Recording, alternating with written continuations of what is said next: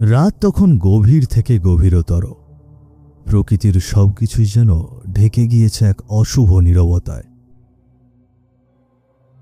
আজ আকাশের চাঁদও যেন লুকিয়ে আছে ভয়ে।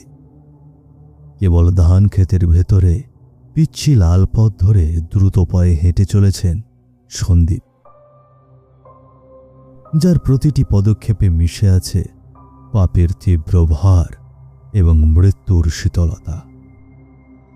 তার চোখে মুখে এক ভয়ানক আতঙ্ক, আর সম্পত্তির লোভে জন্ম নেওয়া এক ঠান্ডা নারকীয় দৃঢ়তা, যে একটু আগেই একটা ভারী স্যাঁতস্যাঁতে বস্তা নিয়ে ঝোপঝাড়ে লুকিয়ে রেখেছে। এই বস্তার ভেতরে রয়েছে তার সদ্য খুন করা নিথর স্ত্রীর দেহ। সে মাত্র কয়েক ঘন্টা আগেই সম্পত্তির লোভে তার শ্বশুরকে খুন করেছিল, আর তার স্ত্রী সেই ভয়াবহ দৃশ্য দেখে ফেলায় পাপের প্রমাণ মুছে ফেলতে তাকেও নির্মমভাবে সরিয়ে দিয়েছে। সে এখন এই আলপথ ধরে দ্রুত এগোচ্ছে বাড়ির দিকে। তার শ্বাস প্রশ্বাস দ্রুত চলছে। মনে হচ্ছে যে কোনো মুহূর্তেই তার পাপের রহস্য ফাঁস হয়ে যাবে।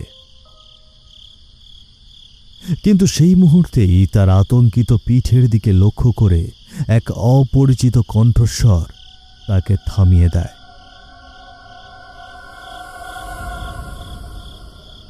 বাতাস যেন সেই কণ্ঠস্বর শুনেও কেঁপে ওঠে। তাকে মিথ্যে বলেছিল সন্দীপ। এই যে, কে যায় এত রাতে ধান ক্ষেতের ভেতর দিয়ে? সন্দীপ না? তুমি এত রাতে এই নিষিদ্ধ পথে কি করছো? দাঁড়াও। রঞ্জন? তুমি রঞ্জন না? তুমি এত রাতে এই পথে কেন? আমি তো তোমায় দেখতেই পাইনি। তা তুমি এখানে কি করছো? আমি তো কেবল নদীর ঘাট থেকে ফিরছিলাম, কিন্তু তুমি এত দ্রুত হাঁটছো কেন? দেখছি তো একটু আগে ঝোপের মধ্যে থেকে বের হলে।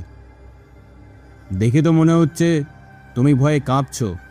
তোমার মুখ ফ্যাকাশে কেন? ও, এটা এটা তো কিছু পুরনো পোশাকের। আসলে আমি পাশের গ্রামের মেলা থেকে ফিরছিলাম। মেলা শেষ হতে অনেক দেরি হলো, তাই ভাবলাম সময় বাঁচানোর জন্য সংক্ষিপ্ত পথ হিসেবে এই আলপথই বেছে নিই। আমার শরীরটা খারাপ লাগছে, তাই দ্রুত ফিরতে চাই। মেলা? এই গভীর রাতে মেলা? আর এই বস্তায় পোশাক? পোশাক তো এত ভারী হওয়ার কথা নয়। দেখলাম তোমার কাঁধ নুয়ে পড়ছিল। আর তোমার স্ত্রীকেও তো দেখলাম না মেলায়। সে কি তোমার সঙ্গে ছিল না, নাকি সেও অসুস্থ? সে তো অসুস্থ, বাড়িতে ঘুমিয়ে পড়েছে। তুমি বরং নিজের পথ দেখো রঞ্জন। হ্যাঁ, এত কৌতূহল ভালো নয়। তুমি কি আমাকে চোর ভাবছো নাকি খুনি ভাবছো? তোমার এত কিসের আগ্রহ? ঠিক আছে, এত রেগে যাচ্ছ কেন? আমি তো শুধু সহজ প্রশ্ন করছিলাম। গ্রামের লোক হিসেবে এইটুকু তো জানার অধিকার আমার আছে। আর হ্যাঁ, সাবধানে যেও। তোমার অস্বাভাবিক দ্রুত হাঁটা দেখে কেবল সন্দেহ হলো। তুমি যাও, আমি আসছি। আর কাউকে আমার কথা বলবে না। যদি বলো তাহলে কিন্তু তোমার ভালো হবে না। সন্দীপ হাঁপ ছেড়ে বাঁচল। সে জানে রঞ্জন তাকে খুব ভালোভাবেই লক্ষ্য করেছে এবং তার মনে সৃষ্টি হয়েছে সন্দেহ। আর মিথ্যা বানানো কথা কতটা সত্যতা রয়েছে তার যেন সন্দেহ রয়েছে মনে। সন্দীপ দ্রুত গ্রামের দিকে হাঁটা শুরু করেন। তার মনে তখন আরও এক নতুন অপরাধবোধের জন্ম দেয়। সে একজন নির্দোষকে মিথ্যে বলেছে এবং রঞ্জন তার জীবন্ত সাক্ষী। এই দৃশ্যটি অলন্দপুরের ভয়ঙ্কর গল্পের প্রথম সূত্রপাত ঘটায়। গ্রামের প্রাচীন বটতলা তখন গভীর অন্ধকারে ঢাকা। বটগাছের বিশাল পুরানো ডালপালা যেন জাল বুনছে ছায়ায়। বটগাছের শিকড়ে আছেন গ্রামের পাগল প্রান্তন। যার চোখে মুখে এক অদ্ভুত রহস্য। সে যেন অন্য কোনো জগৎ দেখতে পায়। সে যেন এই গ্রামের প্রতিটি পাপ, প্রতিটি মৃত্যু দেখতে পায়। তার পাশের পথ দিয়ে হেঁটে যাচ্ছিল যতীন্দ্র। গ্রামের একজন সহজ সরল কিন্তু কিছুটা অহংকারী মানুষ। তার মনে তখন তার বন্ধুর কাছে যাওয়ার তাড়া। জলের ধারা, লালের নেশা, আজকে রাতে মৃত্যু হবে কারো। যতীন্দ্র, যতীন্দ্র, তুমি যেও না, ফিরে যাও, ফিরে যাও। বিপদ আসছে তোমার, বিপদ আসছে তোমার দিকে। এই প্রান্তন, কি হয়েছে তোর? এত রাতে কি সব আবল তাবল বলছিস? তুই তো সবসময় পাগলামি করিস। আমি বাড়ি ফিরছি না, বন্ধুর কাছে জরুরি কাজে যাচ্ছি রে। না, যেও না, আমি সব দেখতে পাচ্ছি। আজ মৃত্যু তোমার দরজায় অপেক্ষা করছে। তুমি আজ মারা যাবে। লাশের তীব্র গন্ধ পাচ্ছি, যা তোমার গায়ে লাগবে। আরে রাখ তোর পাগলামি। লাশের গন্ধ? আমি তো কোনো লাশ দেখছি না রে।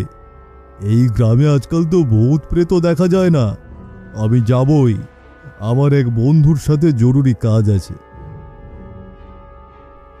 শোনো, আমি জানি, আমি জানি তুমি আজ একজনকে দেখবে, বস্তায় কিছু নিয়ে হেঁটে যাচ্ছে। তুমি তাকে সন্দেহ করবে, আর সেই সন্দেহই তোমাকে নিয়তির দিকে ঠেলে দেবে। সেই পথ তোমার মৃত্যুর পথ। এই প্রান্তন, প্রান্তন ছেড়ে দে। ও তোর এসব অলৌকিক কুসংস্কার আর মিথ্যে ভবিষ্যৎবাণী, এসব আমি বিশ্বাস করি না। আমি যাবই, তুই বরং তোর নিজের ভূতেদের নিয়ে থাক। না না না না, তুমি মারা যাবে, তোমার মৃত্যু হবে। সেই বস্তা তোমার জীবন কেড়ে নেবে, এক্ষুনি তোমাকে ছাড়বে না। মিলিয়ে নিও। বাঁচতে চাইলে আমার কথা শোনো, শোনো, শোনো, আমার কথা শোনো। যেতেই হবে। তোর মতো পাগলের কথা শুনলে আমার বাড়ি ফেরা হবে না। এই সাবধানে থাকিস, তোর গল্পগুলো কাল সকালে শুনবো। যতীন্দ্র অহংকার নিয়ে হেসে চলে গেল। সে জানত না, পাগল প্রান্তনের এই পাগলামি আসলে এক ভয়ঙ্কর অনিবার্য সত্যের পূর্বাভাস ছিল। তার এই অহংকারী অবজ্ঞায় তাকে এক নির্মম অপ্রত্যাশিত মৃত্যুর দিকে ঠেলে দিচ্ছে। ঠিক যেমনটা বলেছিল প্রান্তন, তার নিয়তি তাকে ঘাটের দিকে টেনে নিয়ে যায়, যেখানে যোগ হতে চলেছিল আরও লাশ।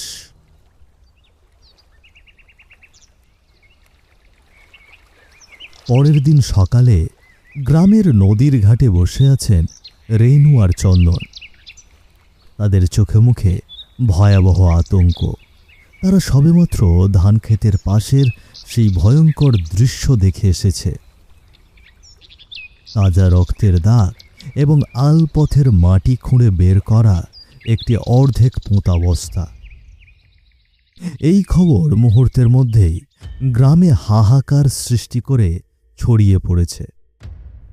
যেন প্রতিটি বাতাসেই সেই রক্তের গন্ধ আর মৃত্যুর শীতলতা। চন্দন, তুমি রক্তগুলো দেখেছো? ধান ক্ষেতের আলপথে এত রক্ত! নিশ্চয়ই কোনো ভয়ঙ্কর নৃশংস কিছু ঘটেছে। এটা মানুষের রক্ত, আমি নিশ্চিত। হ্যাঁ রেনু, রক্ত আমি দেখেছি। সেটা মানুষের তাজা রক্ত।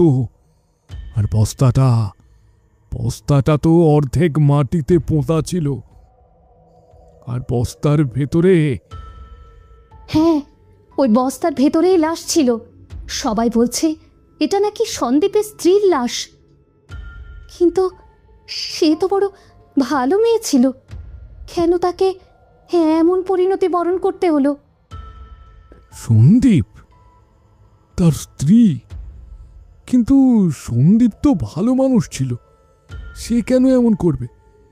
সবাই তো বলে তার স্ত্রীর বাবাও নাকি কিছুদিন আগে খুন হয়েছিল তার সম্পত্তির জন্য।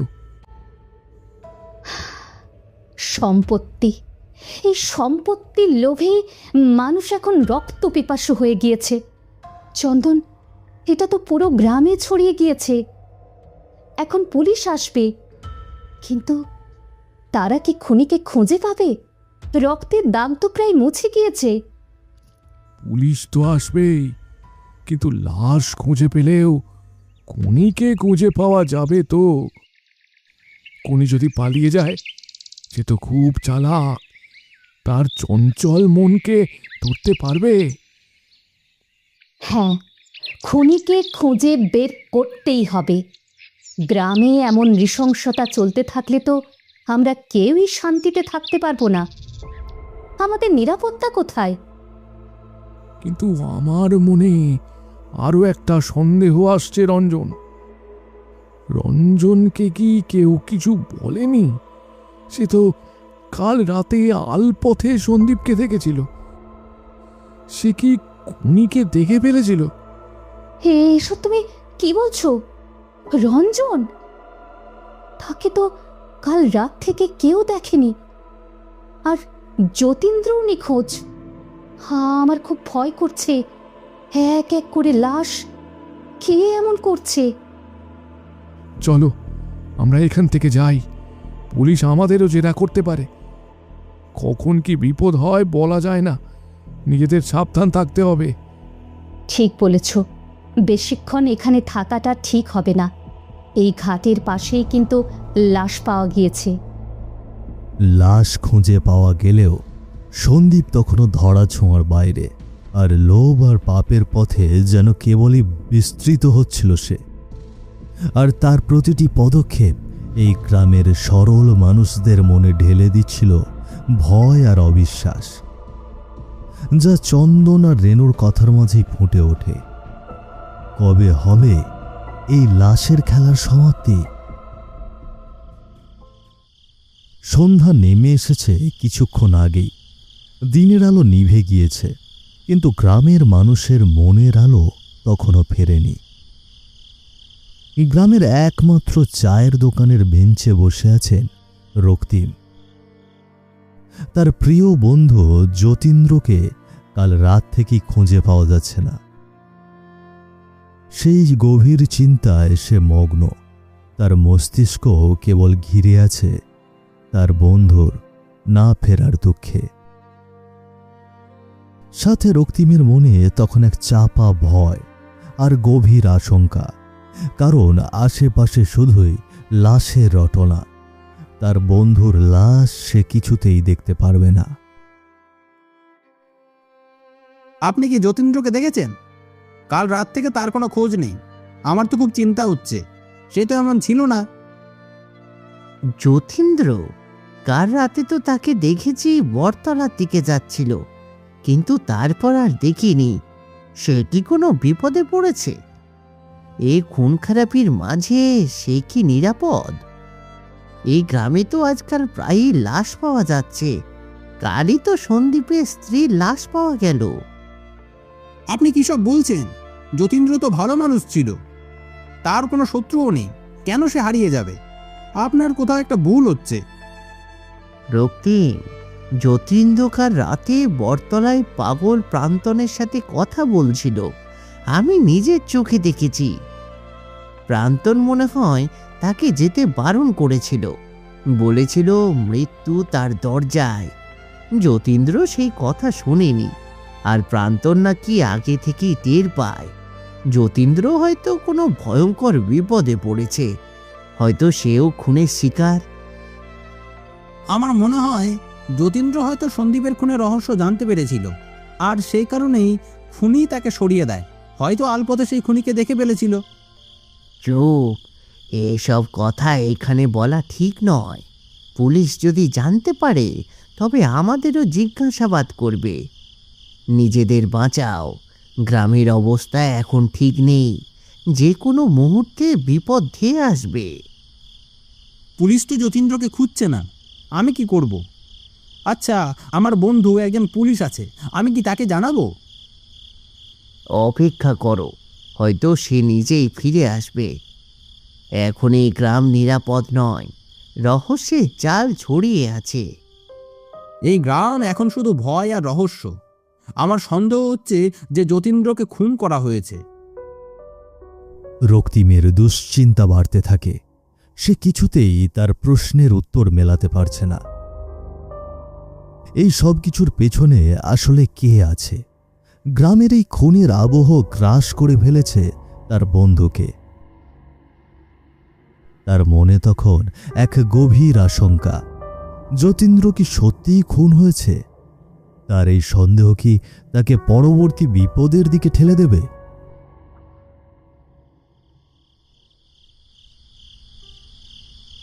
সেই ভয়ঙ্কর কালো রাত, আনন্দপুরের গ্রামের আকাশে এক ফালি চাঁদ, যা শুধু রহস্যের জন্ম দেয়।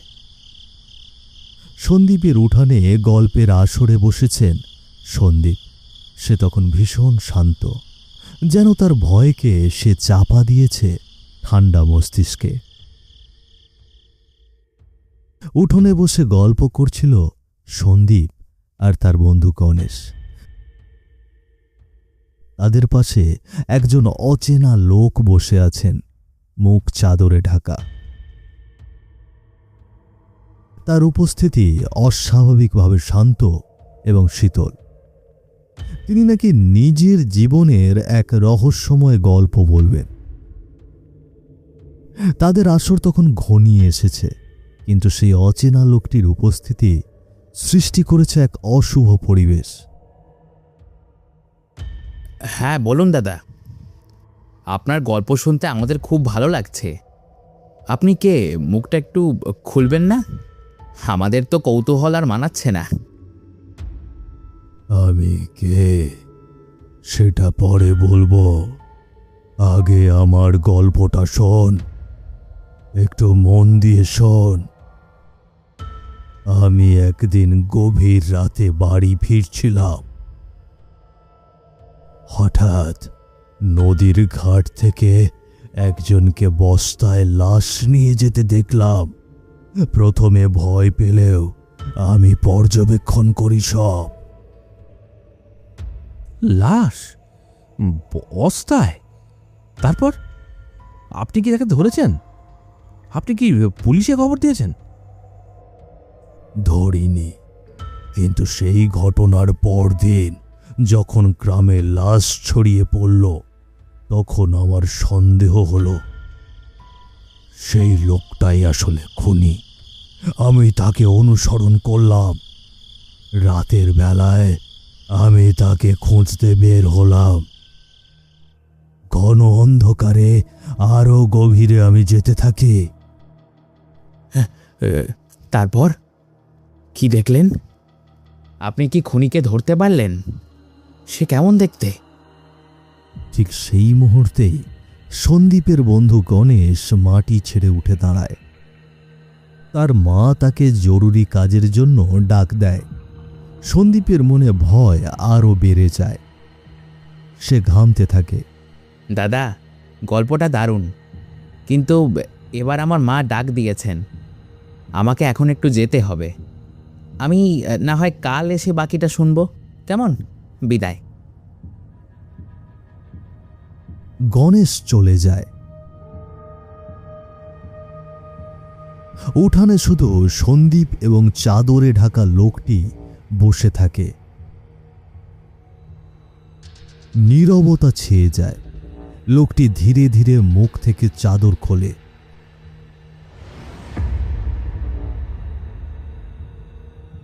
যা দেখা মাত্রই সন্দীপ নির্বাক হয়ে যায়। লোকটির কি বীভৎস মুখ! চোখে মনি নেই, মুখ থেকে লাল তাজা রক্ত গড়িয়ে পড়ছে। গলায় মুখে অসংখ্য কাটা দাগ। এসব কিছুই যেন সন্দীপের চেনা।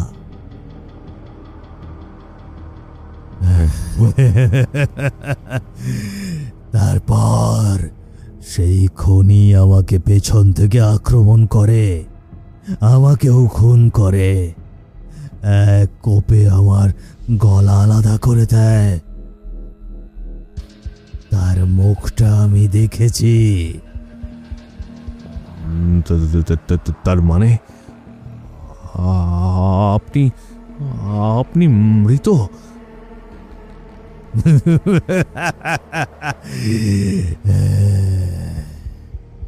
না, তুমি ভুল করেছ। তুমি আমাকে মারতে পারোনি। আমি ফিরে এসেছি। আমি সেই যতীন্দ্র। তাহলে তাহলে কি আপনি যতীন্দ্র? আমি তোমায় মেরেছি। যতীন্দ্রের ভূত দ্রুত সন্দীপের গলা চেপে ধরে। সন্দীপ নিজের প্রাণ বাঁচিয়ে পালাতে চায়, কিন্তু তার পা যেন থরথর করে কাঁপছে ভয়ে।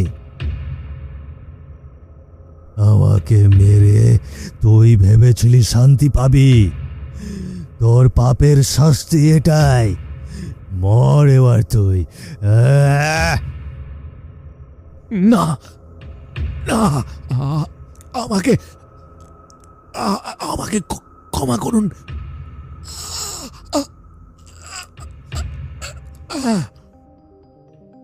সেই রাতে সন্দীপেরও করুণ পরিণতি হলো। সন্দীপ যাকে খুন করেছিল সেই যতীন্দ্রের ভূত তার সামনে। তার লোভ আর তার পাপ তাকে শেষ করে দেয়। অলন্দপুরের গল্পের আসর সেদিনই শেষ হলো এক ভয়ঙ্কর সত্য নিয়ে। সেই থেকে গ্রামের লোকে বলে, আলপথের ঝোপে এখনো যতীন্দ্রের আত্মা ঘুরে বেড়ায়।